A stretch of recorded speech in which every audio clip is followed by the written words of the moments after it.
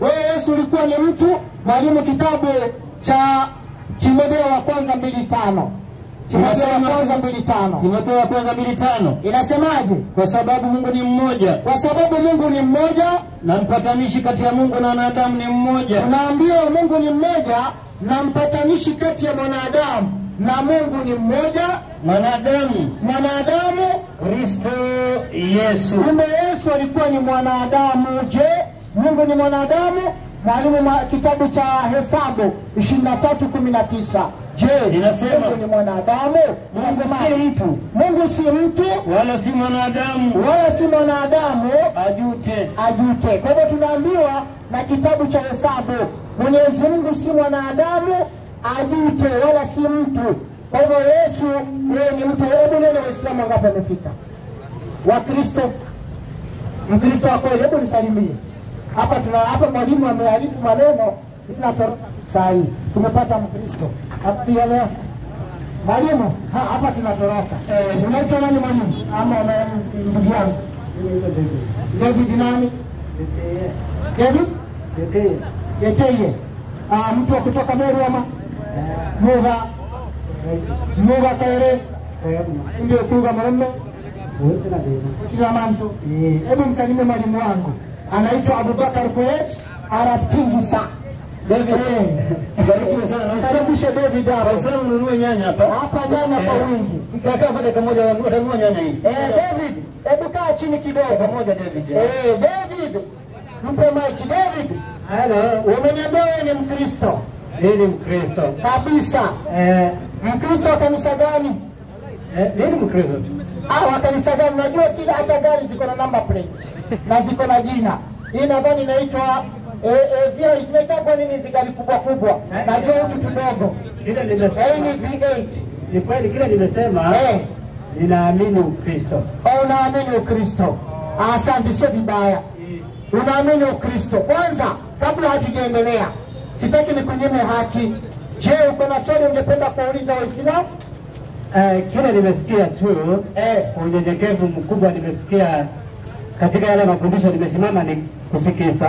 Kidogo tutajaribu kushika hapa na pale. Maana nimesikia kwamba Mungu si mwanadamu.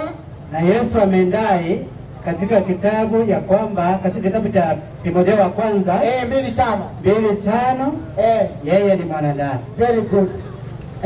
Pale ningependa uweze kunielekeza zaidi. Maana wewe ni mwalimu. Naam. Kwa Mungu. Kwa nini nikasema hivyo? Kwa sababu sifa na utukufu za Mwenyezi Mungu Yesu hana hata moja. Mfano, Mungu si mwanadamu, sawa? Yesu ni nani? Kwa hapo na maandiko. Kwanza nakuelezea, alafu nije kwa aya yako. Nimesikia kwa Timotheo anasema yeye ni mwanadamu. Very good. Ni mimi ama ni Timotheo? Ni Timotheo. Anasema Yesu ni nani? Ni mwanadamu. Na kule katika Hesabu, mwalimu hebu nisomee Hesabu 23:9 twende vizuri. Mungu si mtu. Wala si mwanadamu. Afanye nini? Ajute. Mpe maiki. Mungu anaweza kujichanganya? Hapana. Mungu anasema yeye si nani? Mimi hayo mafungu yote nakubali. Asante sana. Tano. Anasema nianze 5. Naam. Iweni nani hiyo. Ndani yenu ambaye ilikuwa pia ndani ya Kristo Yesu. Ambaye yeye mwanzo alikuwa yuna namna ya Mungu. Mpe maiki kwanza. Ambaye yeye kwanza alikuwa Mungu ama alikuwa yuna namna ya Mungu? Alikuwa yuna namna ya Mungu. Kwa hiyo hakuwa Mungu, alikuwa yuna namna ya nani? Endelea mwalimu. Alikuwa na namna ya Mungu, naye hakuona kule kuwa sawa na Mungu. Mpe maiki. Ndugu, Yesu akaona kule kuwa sawa na nani? Na Mungu. Kwa hivyo kuna Yesu na kuna nani? Mungu. Asante. Kuna Yesu na kuna nani? Lakini walikuwa sawa. Kuna nani? Mungu na Yesu walikuwa sawa. Hapo tulia hapo. Kwa hivyo kulikuwa na Yesu na nani? Na Mungu. Sasa tunaimalizia na hii aya mwalimu 20:17 twende. 20:17 Yohana. Inasemaje? Yesu akajibu akasema, usinishike Mariamu, kwa maana sitapaa kwenda kwa Baba. Mpe kwanza maiki David. Yesu anasema hajapaa kwenda kwa nani? Kwa Baba. Asante. Kwa hivyo Yesu ako na nani? Ako na Baba. Ikiwa Yesu ni Mungu, sawa? Huyu baba yake atakuwa ni nani? Hiyo utanijibu baadaye. Endelea na andiko mwalimu. 20:17. Inasema usinishike maana sijapaa kwenda kwa Baba. Endelea. Lakini nenda kwa ndugu zangu kawaambie, ninapaa kwenda kwa nani? Napaa kwenda kwa Baba yangu. Naye ni nani? Naye ni Baba yenu. Endelea. Kwa Mungu wangu. Kwa Mungu wangu. Naye ni Mungu wenu. Mpe David Mike. David. Yesu anasema ninapaa kwenda kwa nani? Kwa Baba. Ambaye Baba ni Mungu wa nani? Ambaye ni Baba yake. Ni Baba yake. Na Baba yake ndiye Mungu. Na pia ni Baba yenu. Ni Baba yetu, si ni sawa? Kwa Mungu wangu, sawa? Naye ni nani? David. Anasema napaa kwenda kwa Baba. Endeni mkawabaze ndugu zenu. Very good. Ambaye ni Baba yenu pia. Asante. Ngoja, hebu soma mwalimu wa maandiko asikie vizuri. Kuna pale anaruka. Ninapaa kwenda kwa Baba yangu. Ninapaa kwenda kwa Baba yangu. Naye ni Baba yenu. Endelea. Kwa Mungu wangu. Tulia mwalimu, mpe. Kwa Mungu wa nani? Wake. Wake nani? Yesu. Very good. Kwa hiyo Yesu anasema ninapaa kwenda kwa Mungu wangu. Endelea mwalimu na andiko. Naye ni Mungu wenu. Mpe David. David. Kumbe Mungu wa Yesu ndio Mungu wetu. Leta swali lingine. Takbir. Leta swali lingine. Swali lingine? Ni katika kitabu cha Isaya. Isaya 9:6. Haya mwalimu soma. Hajakubali, lakini atakubali. 9:6. Maana kwa ajili yetu mtoto amezaliwa. Tumepewa mtoto mwanamume. Na enda mwalimu. Naona kwa maliza. Endelea tu. Tunasema hivi. Inasemaje? Maana kwa ajili yetu mtoto amezaliwa. Maana kwa ajili yetu mtoto amezaliwa. Tumepewa mtoto mwanamume. Tumepewa mtoto mwanamume. Na uwezo wa kifalme utakuwa begani mwake. Na uwezo wa kifalme utakuwa begani mwake. Naye ataitwa jina lake Mshauri wa Ajabu. Mshauri wa Ajabu. Mungu mwenye nguvu. Mungu mwenye nguvu. Baba wa milele. Baba wa milele. Mfalme wa amani. Mfalme wa amani. Mpe. Haya, umetoa andiko na tufundisha nini?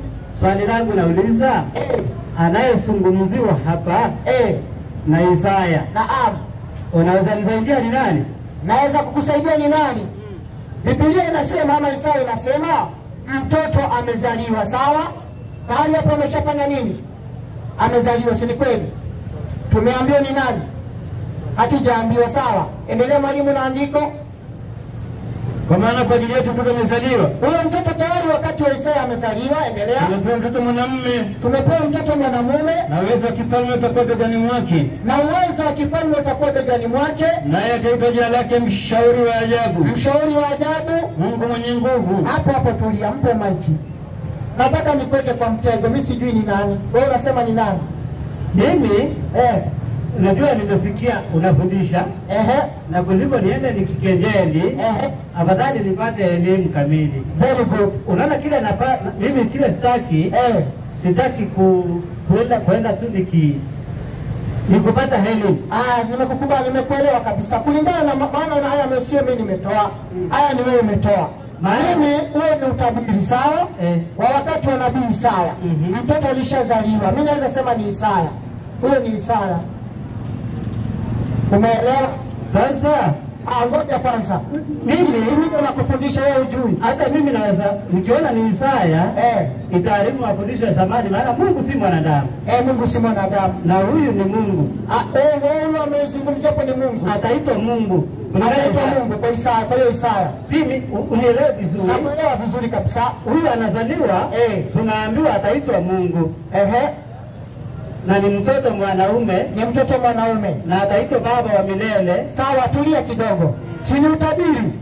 Na huyu ni mtoto wa kiume. Nataka unipatie katika Isaya. Ufunuo umetimia. Kwa huyo mtoto aliyekuwa atakuwa Mungu. Nisaidie kidani huyo. Pia katika Isaya, kama naweza kuwa ni unikumbushe. Maji. Luka 18:18. Tena mtu mkubwa. Inasema hivi. 18 shafika mwalimu. Inasemaje? Tena mtu mkubwa mmoja akamuuliza akisema, mwalimu mwema. Tena mtu mkubwa mmoja anamuuliza Bwana Yesu, mwalimu mwema, nifanye nini ili nipate kurithi uzima wa milele? David, Yesu anaulizwa na mtu mkubwa, mwalimu mwema, nifanye nini ili nipate kurithi uzima wa milele? Endelea. Yesu akamwambia, mbona unaniita mwema? Yesu anamwambia, mbona unaniita mwema? Hakuna aliye mwema. Hakuna aliye mwema ila mmoja. Naye ndiye nani? Mungu mpe. David, Yesu amekujiwa na mtu. Tunaangalia ile utabiri bado. Mungu mwenye nguvu. Yesu anaulizwa, je, mwalimu mwema, nifanye nini ili nipate kurithi uzima wa milele? Yesu akasema, mbona unaniita mwema? Sawa? Kwa kuwa mimi si nani? Yeye si nani? Anasema hakuna mwema. Hakuna aliye mwema ila Mungu. Ila nani? Ila mmoja. Mungu. Ila mmoja. Ndiko nasema ila mmoja, naye ndiye nani? Ni Mungu. Very good. Kwa hiyo Yesu mwenyewe anatabiri hapa. Anasema hakuna aliye mwema ila mmoja, naye ndiye nani? Maneno ya nani hayo? Yesu. Ina maana Yesu sio nani hapo? Kuna Yesu na kuna nani? Kuna Yesu na kuna nani? Unajua mimi aliyoandika sio mimi. Kuna Yesu na kuna nani? Kuna Mungu. Very good. Lakini shida yako ni nini? Ni kidogo. Na si kubwa vile. Sio kubwa. Nauliza hivi. Na ndio mambo pale nimekuuliza. Nimeanza pale kitabu cha Wafilipi. Amejifanya mwanadamu. Lakini alikuwa sawa na nani? Na mwanadamu. Na Mungu. Tena Isaya ametuambia mtoto huyu atashaliwa. Sasa hii ni maneno tulikuwa tunamaliza leo, ambaye ni Emmanuel. Tulia. Sasa hakuna shida. Ile unaweza nipatia fungu ambalo linaweza nisaidia. Najua ni vizuri sana unapofundishwa upate elimu. Very good. Unajua sasa pale ningependa kupata kabisa, hata kama utanipia hapa, hata nitapitia siku nyingine na nyingine nipate. Hakuna shida. So katika ile andiko Yesu ile nini utabiri alijifanya nani? Mwanadamu. Haya, mwalimu, kitabu cha nini cha Timotheo wa kwanza 2:5. Kwa sababu Mungu ni mmoja. Na mpatanishi kati ya Mungu na wanadamu ni mmoja. Nani? Mwanadamu. Kristo Yesu mpe. Rafiki yangu, kwa sababu mpatanishi kati ya Mungu na wanadamu ni mngapi? Ni mmoja. Mwanadamu Yesu Kristo. Kumbe Yesu ni nani? Ni mwanadamu. Kuna Yesu na kuna nani? Kuna Yesu na kuita. Kuna Yesu na kuna nani? Mungu. Asante mwalimu. Ni Yohana 17:3. Na uzima wa milele ndio huu. Sikiliza, anamalizia, na uzima wa milele ndio huu, wakujue wewe Mungu wa pekee. Mpe maiki. Yesu anamalizia anasema, na uzima wa milele ndio huu, wakujue Mungu wa pekee. Je, kama Mungu ni wa pekee ama aliye wa pekee yake, kuna wapili wake? Mungu ana wapili. Very good. Kuna watatu wake? Hakuna. Kuna wanne wake? Hakuna. Mungu ni wangapi? Mungu patie maiki. Hata Mungu si mmoja. Mungu ni mmoja. Mungu ni mmoja. Hakuna wapili. Endelea na andiko. Kwa sababu Mungu ni mmoja. Na mpatanishi, endelea. Na mpatanishi kati ya Mungu na wanadamu ni mmoja. Na uzima wa milele ndio huu, wakujue wewe Mungu wa pekee na wa kweli. Na nani? Na Yesu Kristo. Uliyefanya nini? Uliyemtuma. Mpe. Yesu anasema na uzima wa milele ndio huu, wakujue wewe Mungu wa pekee wa kweli. Very good. Na Yesu Kristo uliyefanya nini? Mtuma. Na kuuliza, anayetumwa anakuwa Mungu ama anakuwa nani? Ni mtume huyu. Very good. Kwa hiyo Yesu anasema kuna Mungu na yeye nani? Ametumwa. Very good. Ustadh Abubakar. Takbir. Assalamu alaykum wa rahmatullahi wa barakatuh. Waislamu takbir. Ndugu yangu nisema ni nani? Mimi naitwa David. Nafurahia jinsi mlivyokuwa mkiendeshana na mwalimu wangu. Ndio mwalimu wangu. Leo nimeamua niwe pale kwenye kiti kama mwanafunzi. Lakini pia vile vile wewe bado unashikilia kwamba Yesu ni Mungu kweli? Mimi na si mimi. Ni vitabu ambavyo vimetuambia Yesu ni mwanadamu, na pale pengine analinganishwa na nani? Kwa hivyo Kiswahili sijui kama ni Biblia kakosea. Biblia kakosea. ama ni nini? Maana ni kweli Timotheo amesema Yesu ni mwanadamu. Na pia nabii Isaya amesema huyu mtoto ataitwa Emmanueli, ambaye ni Mungu pamoja na naye. Isaya sasa nafuta unikoroge kabisa, unipike vizuri. Sasa bado kidogo narudi katika kitabu cha Mathayo 1 mstari wa 19 hapo. Hebu sasa tukamilishe kwanza kidogo tuwe changamke. Ukoje changamsha mwanangu. Mathayo 1:19 pale teremka. 1:19. 1:19 Mathayo mtakatifu. Hebu tujue Emmanuel imetoka wapi? Na Yusufu mumewe kwa vile alivyokuwa mtu wa haki, ndio asitake kumwaibisha. Alivyokuwa mtu aliazimu kumwacha kwa siri. Basi alipokuwa akifikiri hayo, teremka mpaka 22 hapo, anza 22. Mstari 22. Haya yote yamekuwa ili litimie neno neno la Bwana kwa ujumbe wa nabii Isaya akisema, tazama bikira atachukua mimba na atazaa mwana na atamwita jina lake Emmanueli, yaani Mungu pamoja nasi. Mpatie. Malaika ametoka na jina mbinguni, jina ambalo kwamba lilikuwa ni Yesu, kweli si kweli? Nao watamwita jina lake Emmanueli. Sawa? Kumbe hili jina Emmanueli haijatoka kwa nani? Kwa Mungu. Jina Emmanueli haijatoka kwa nani? Huyu malaika. Malaika anasema nao watamwita jina lake Emmanueli. Kumbe kuna watu ambao kwamba wanaitwa nao watamwita jina lake nani? Kwa utabiri wa nabii Isaya. Anasema hivi, si kwa nabii, kwa utabiri wa nabii Isaya. Andiko limesema ya kwamba Mungu ametoa jina la Yesu akamwita nani? Emmanueli. Jina akamwita nani? Rudia 1:18 haraka alafu nikuelimishe kitu hapo. 1:18 haraka. Uzaliwa kwa Yesu Kristo kulikuwa hivi. Ndio. Mariamu mama yake alipokuwa amepaswa na Yusufu, kabla hawajakaribiana, alionekana na mimba kwa uwezo wa Roho Mtakatifu. Na Yusufu mumewe kwa vile alikuwa mtu wa haki, asitaki kumwaibisha, aliazimu kumwacha kwa siri. Basi alipokuwa akifikiri hayo, tazama malaika wa Bwana alimtokea katika ndoto akisemaje? Yusufu mwana wa Daudi, usihofu kumchukua Mariamu mkeo, maana mimba yake ni kwa uwezo wa Roho Mtakatifu. Na atazaa mwana, na utamwita jina lake Yesu. Malaika anasema nawe utazaa mwana, utamwita jina gani? Yesu. Hilo jina Yesu umetoka kwa nani? Kwa Mungu. Very good, ubarikiwe sana. Tega masikio patia malizi. Tazama bikira atachukua mimba na atazaa mwana, na utamwita jina lake Emmanueli, yaani Mungu pamoja nasi. Kuna kitu sasa umeruka. Kwa kuzaliwa kwake. Hapo pale ulikuwa umeruka ukaenda kwa Emmanueli. Kuzaliwa kwa Yesu Kristo. Kwa uwezo wa Roho Mtakatifu. Na atazaa mwana, na utamwita jina lake Yesu. Endelea sasa pole. Maana yeye ndiye atakayewaokoa watu wake na dhambi zao. Endelea.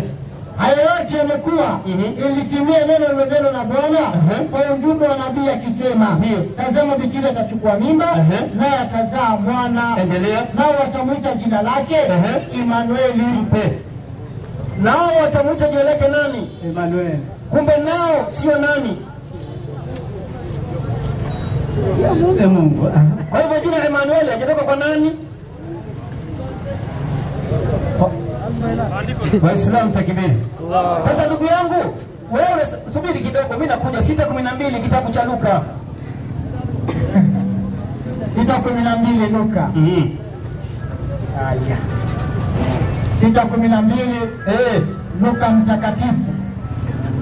Ikawa siku zile aliondoka kenda mlimani kuomba. Ndio. Akakesha usiku kucha katika kumwomba Mungu. Endelea. Hata nani huyo aliyekesha usiku kucha katika kumwomba Mungu? Naam. Sijapata jina. Wakashauriana wao kwa wao. Wamtaje Yesu. Kumbe Yesu ndio anapenda katika mlima kufanyaje? Kuomba Mungu. Anakwenda kuomba Mungu alafu anakesha usiku kucha katika kumwomba nani? Mungu. Anaomba Mungu gani? Wake ama Mungu wake. Kumbe Yesu nayo nani? Waislamu takibiri. Kumbe Yesu ameenda kuomba nani? Mungu wake. Na wewe unayo nani? Wewe unayo nani? Mungu Wewe unayo nani? Wewe unayo nani? Niko naye Mungu. Okay, wewe uko na Mungu na Yesu uko na nani? Yesu uko na Mungu na wewe uko na nini? unajua ningependa kupata unajua kule vibaya wanafunzi akuje na atoke bila kitu. Atoke bila kitu. Ni kweli. Mimi siko katika ushindani. Anakuona ubarikiwe. Na nimeona na nyenyekea nipate kitu kutoka hapa.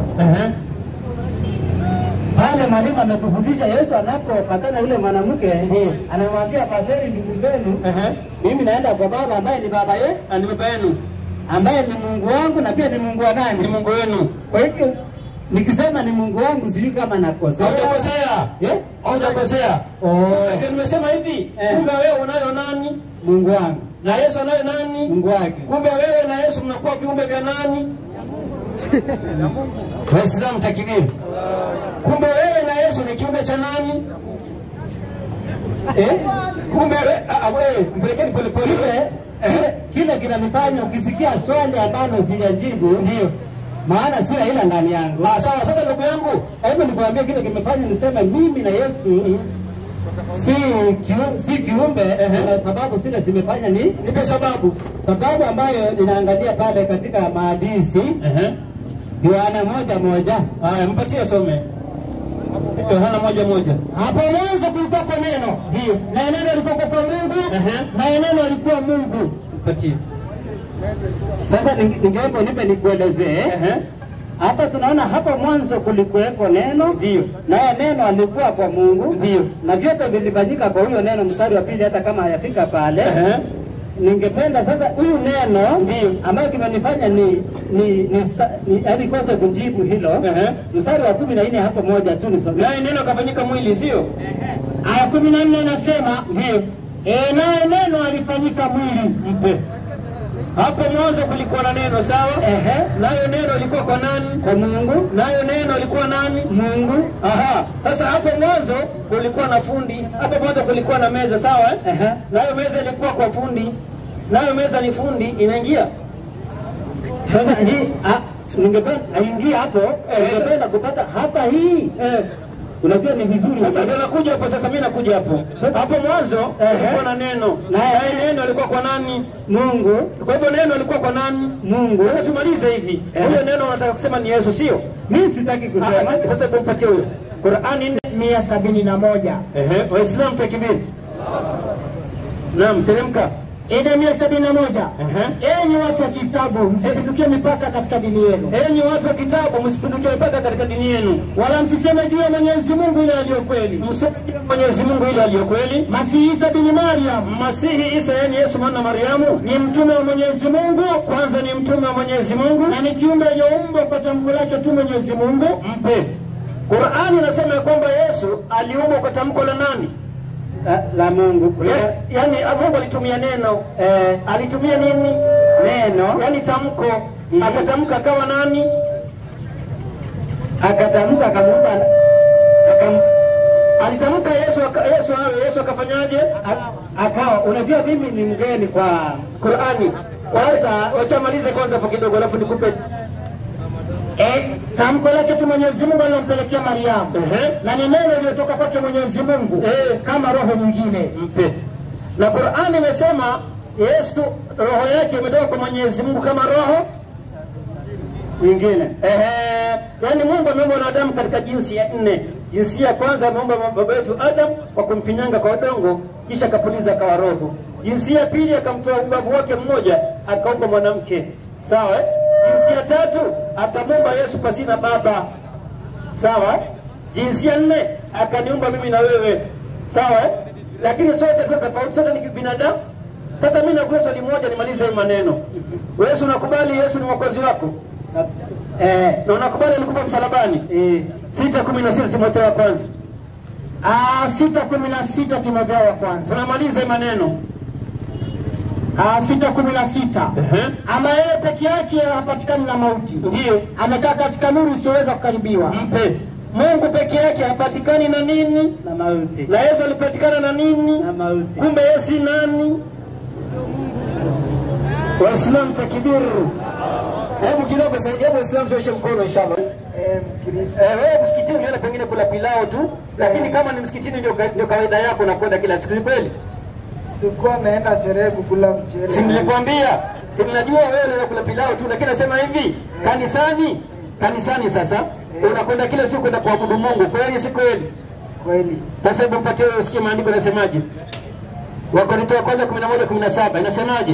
Wakorintho wa kwanza 11. Ndio tukoza nyuki mwanangu. Wakorintho wa kwanza 11:17. Wakija mimi nakuacha mbio. Wakorintho wa kwanza 11:17 inasema hivi, ndio. Lakini katika kuagiza haya siwasifu kwamba mnakusanyika. Sio jambo. Ubarikiwe sana. Mungu akuweze siku za aongeze umri wako. Upate kubarikiwa, upate kuishi, upate kuona vijukuu. Karibu kusalimia mzee, usiogope. Mimi ni kijana wako. Ndio mzee, mimi naitwa Abubakar. Unaitwa nani? NKH. Asante sana. Mzee wangu, mimi najua wewe ni Mungu amekubariki. Una wake wangapi? Una ngapi bibi? Moja. Na watoto? Saba. Hata je, wakati Mungu alikuwa amekujalia ukawa na watoto wawili, bado wa kijana, ulikuwa unaweza kutoka hapa town ukaletea mmoja ya sweet ukamwacha yule wa pili? Hebu sogea hapa kidogo, inapiga kelele hiyo. Nasema hivi, ulikuwa unaweza yani wakati kama huu umetoka kazini, unaenda nyumbani, na kuna bibi na watoto wangapi? Watoto wawili kwanza, sasa hiyo bado hujapata saba, wawili. Unaweza kuleta kitu ama sweet ukaletea mmoja ukamwacha mwingine? Bana. Ulikuwa unafanya aje? Waletea wote. Kama hiyo kitu ni moja unafanyaje? Kama hiyo kitu ni moja unafanya nini? Au katanisha wote. Sasa mzee ubarikiwe. Sasa umenisalimia mimi na nimetembea na ndugu yangu mdogo. Ukinisalimia mimi ukaanza kumsalimia yeye, ataanza kunigombanisha usiku mzima. Si ni ule unaona huyu? Msalimie naye asilete bipini huko. Karibisha yeye akae. Hiyo ni sunna. Yaani mwanangu, mzee karibu nikupe zawadi. Mzee upewe zawadi kwa maana ni mzee mwenye hekima. Mzee dakika moja, upewe zawadi. Dakika moja. Upewe zawadi. Mpe maiki simame tu hapo. Shika. Mzee. Haya, mseme huyo. Mwalimu ulikuwa umetoa andiko gani? Andiko ulikuwa umetoa? Sijui ndio nauliza. Okay, ulikuwa umetoa 11:17 kwa Korintho wa kwanza. 11:17. Hebu Waislamu kuna jua inshallah. Waislamu. Barakallahu fikum. Salamu alaykum Sheikh. Haji, salamu alaykum. Asalamu tu ndugu yangu, usiogope. Mimi rafiki yako. Ivenadi. Ndugu yangu, mimi kidogo nimevutiwa na ustaarabu wako ulipoketi. Ni mtu tulivu, kisha kando na utulivu ni mtu anajielewa. Haya ni maneno ya Mungu tunazungumza. Ningeomba dakika yako moja tu tafadhali, siko ubaya. Only 1 second alafu uende nyumbani, sawa? Sasa hivi mkaribishe dakika moja tu. Karibu sana dakika moja. Dakika moja. Karibu pande. Njoo tu pande. Kwanza msomee huyo kijana 11:17 kwa Korintho wa kwanza. Lakini katika kuagiza haya siwasifu kwamba mnakusanyika. Ndio. Si kwa faida bali kwa hasara. Ndio. Kwa maana kwanza mkutanapo kanisani, nasikia kuna faraka kwenu. Mpe. Kumbe kanisani watu wapati faida, wanapata nini? Hasara. Kumbe wewe miaka yote tangu uende kanisani unapata nini? Hasara. Unapata nini? Toa sauti, unapata nini? Na mtu anayepata hasara siku mwisho anakwenda wapi? Jahanamu. Uko tayari kwenda jahanamu? Hapana. Kwa hivyo kama utakwenda jahanamu, 72:18 Qur'ani andiko la mwisho, alafu kesho uje ukiwa fresh kabisa, teremka. Kwa hakika ndio misikiti yote ni ya Mwenyezi Mungu. Mpe.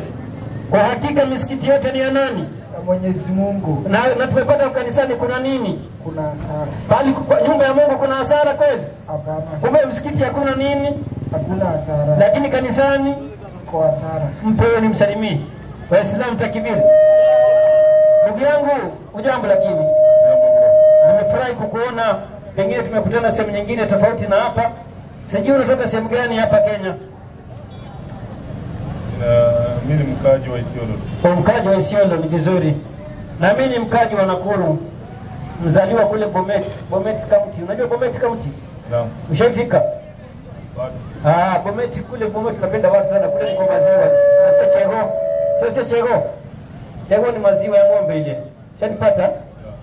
Sawa. Sasa ndugu yangu, je, una swali yote ungependa kuuliza Waislamu? Karibu. Feel at home. lakini sikujipanga sana. Nadhani tunaweza kujaribu tu ndugu yangu. Hivi niko na swali. Ndio. Dini ya Ukristo na dini ya Uislamu. Kuna mahali imeandikwa dini ya Ukristo si halali na dini ya Uislamu ni halali. Okay. Unauliza kuna mahali kwanza hakuna mahali palipoandikwa dini ya Ukristo sio halali. Waliwe pengine nitakujibu vile nitakavyokujibu, niambie mimi nitaka wapi Ukristo si halali ama wapi Uislamu ni halali. Lakini nakujibu pia ni kama ulivyouliza, lakini nakujibu hivi. Yaani dini ya Mungu ni dini moja. Mungu hawezi kuleta Yesu, alete Yesu na Ukristo, alete Musa na Uyahudi, alete Muhammad na Uislamu. Unanifahamu? Kwa maana Mungu si Mungu wa matenganisho, yani Mungu si Mungu wa kutenganisha. Sawa? Mungu aleta manabii wote na njia ngapi?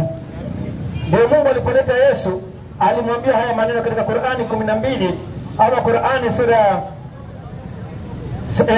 sura ya pili, sura Al-Imran aya 130. Imran 3 136.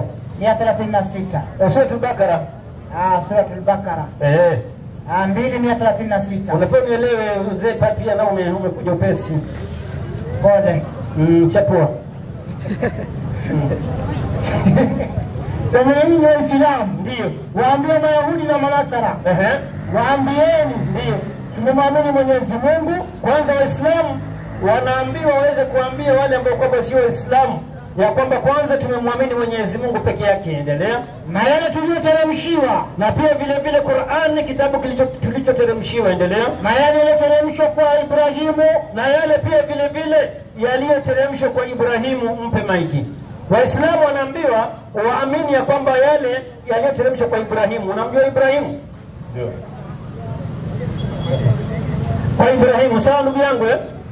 Kwa hivyo Ibrahimu pia vile vile tunaambiwa kwamba yeye, tunaambiwa pia vile vile tuamini yale yaliyoteremshwa kwa Ibrahimu. Teremka ndugu yangu. Na Ismaili, na pia vile vile yale yaliyoteremshwa kwa Ismaili. Mpe. Ismaili unamjua? Ndio. Asante. Ismaili ni mtoto wa Ibrahimu, wa mke wake wa pili anaitwa Hajar. Mpatie malize. Na Isaka. Mpe. Na Isaka unamjua? Ndio. Isaka ni mtoto wa Ibrahimu ambaye kwamba Sara alimzalia. Kwa hivyo pia Waislamu tunamwamini. Endelea. Na Yakubu na kizazi chake Yakubu. Endelea. Na waliopewa Musa na Isa na pia wale waliopewa manabii wengine kutoka kwa Mola wao. Mpatie. Unaona Waislamu wanaamini manabii wote. Sasa Waislamu hawezi kuamini Muhammad aje na Uislamu kisha waamini Yesu akakuja na Ukristo. Kwa hivyo kama wanaamini hao manabii wote, lazima walikuwa na njia ngapi? Njia moja. Sasa Mungu anasemaje? 42:13 Qur'ani. 42:13 Qur'ani. Inasemaje? Inasema hivi. Bismillahirrahmanirrahim. Nakupata. 42:13. Qur'ani. Ndio. Inasemaje mwalimu? Amekupeni sheria ya dini ile ile aliyomuhusia Mungu. Mpe. Ukisikia dini ile ile ni moja au ni nyingi? Moja. Ukisikia zile zile mingi. Sasa Mungu anasema ametupatia sheria ya dini ile ile ngapi? Moja. Sasa mpatie malizi. Na tuliokufunulia wewe ndio, na tuliohusia Ibrahimu, Musa, ndio, Isa. Mpe. Kumbe dini hiyo moja ndio dini Musa alipewa, ndio dini Yesu alipewa. Shanifahamu? Ndio. Sasa swali ambalo kwamba linajijenga hapa, ikiwa Yesu alipewa dini ya Uislamu, Musa dini ya Uislamu, Ukristo ulitoka wapi? Sawa? Unanifahamu eh? Sasa nakufundisha Ukristo ulitokea wapi na Ukristo ulianzia wapi? 11:25 Matendo ya Mitume. 11:25 Matendo ya Mitume. Inasemaje? Inasema hivi. Biblia kawaida. Biblia kawaida tu, zote za kawaida, mashallah. Unajua kuna imprimento baba. Nakushika. Alikuja mkereketo ndio tunampa hapo. Sawa. 11:25. Ndio. Kisha akatoka kenda Tarso kumtafuta Sauli. Hata alipokwisha kumuona, ndio, akamleta Antiokia. Kisha Ikawa kwa muda wa mwaka mzima wakakusanyika pamoja na kanisa, ndio, na kuwafundisha watu wengi. Na wanafunzi ndio waitwa wa Kristo kwanza hapo Antiokia. Mpe wa Kristo, wanafunzi wa Yesu waliitwa kwanza wa Kristo wapi? Antiokia. Wakati Yesu amepaa wapi? Kumbe Yesu amepaa mbinguni, hajui duniani kuna nini.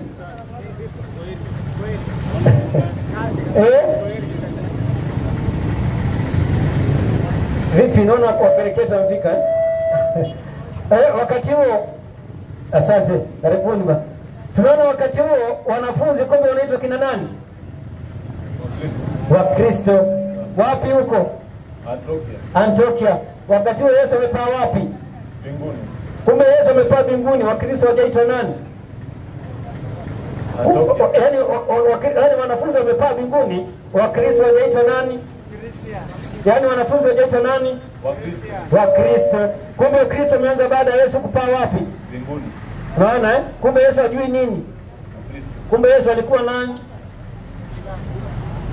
Mpe huyo, nikuonyesha Yesu alikuwa nani? Baba, kama hebu tuulize Yesu alikuwa dini gani? 5:25 Mathayo.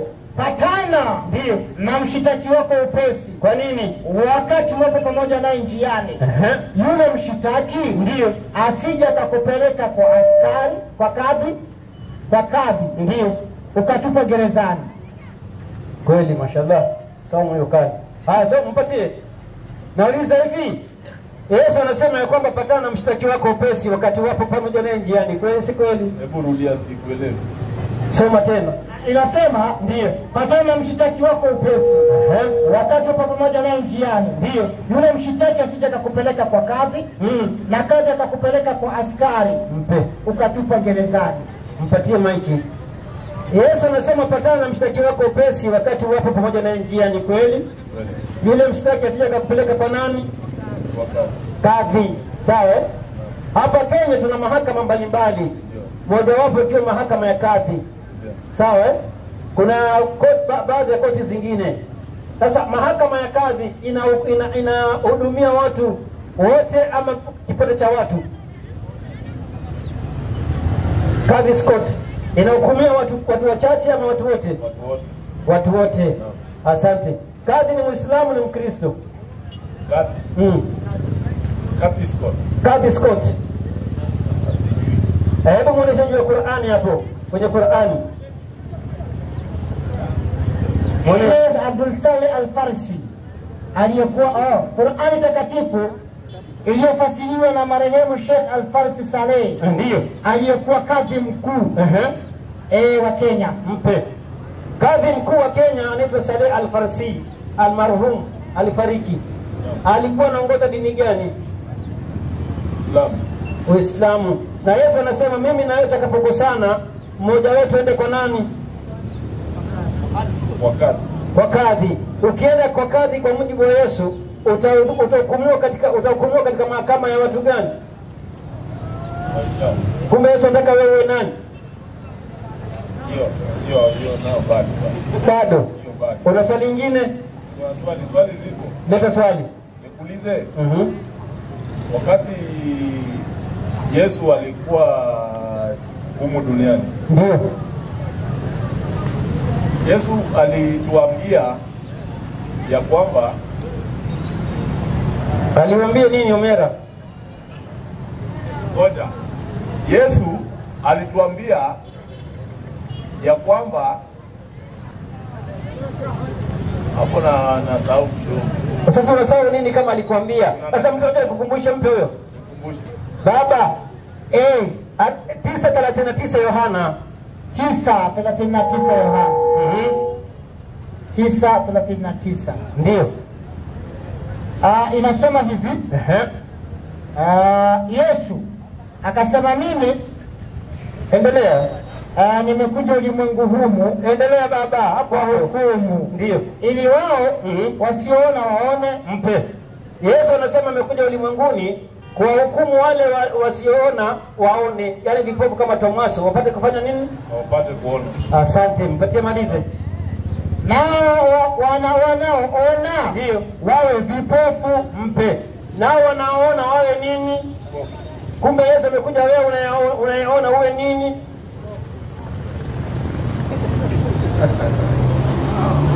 Ndugu yangu, kumbe Yesu amekuja, wewe ambaye kwamba unayeona uwe nini? Unajua shekani maandishi. Sasa si ndio mimi nasoma maandishi? Maandishi. Nasema hivi. Naam. Ili wale wanaona wapate kufanya nini? Wapate kuona. Na wale wasioona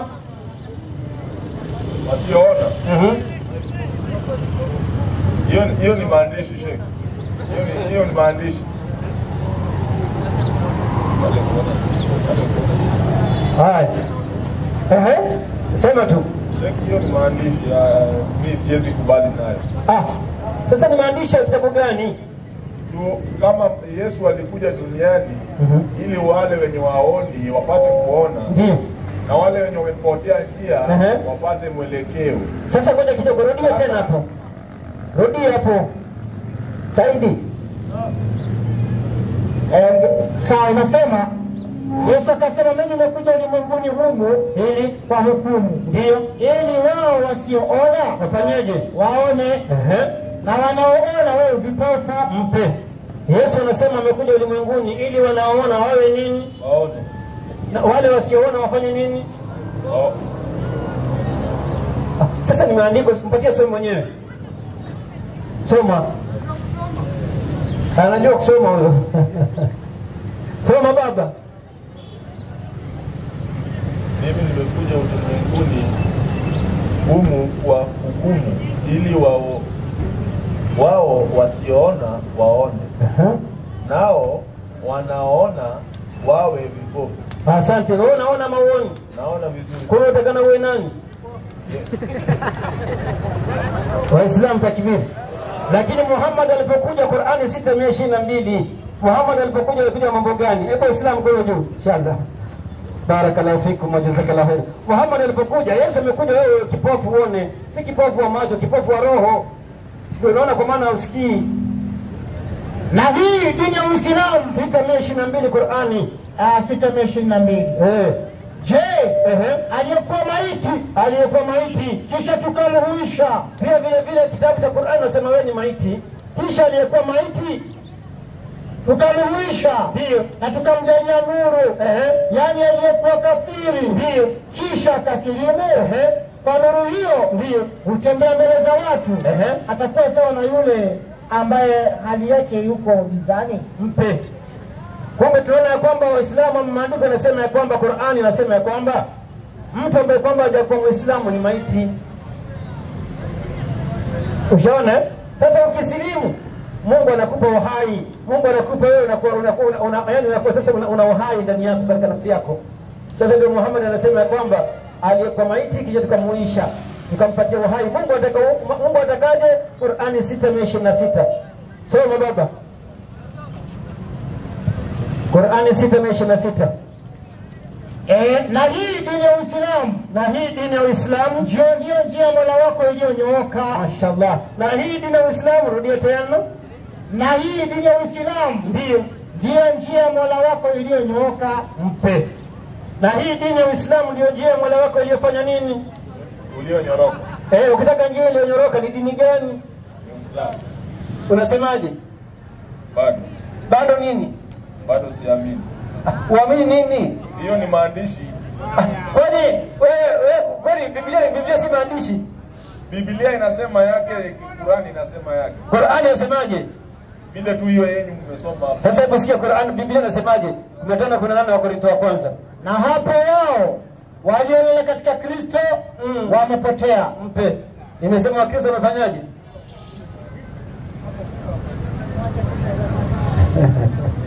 Mzee, Mungu analeta hidayah inshallah. Tufanye subira tu.